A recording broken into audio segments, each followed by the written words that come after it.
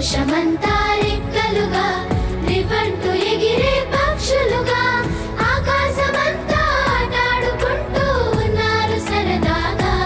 ఒకరేమో సీను ఒకరేమో జున్ను కలిసారే ప్రాణంగా కురిసారే వర్షంగా పాటేమో సీను ఆటేమో జున్ను ఒకటై ఎదిగారే మధురంగా.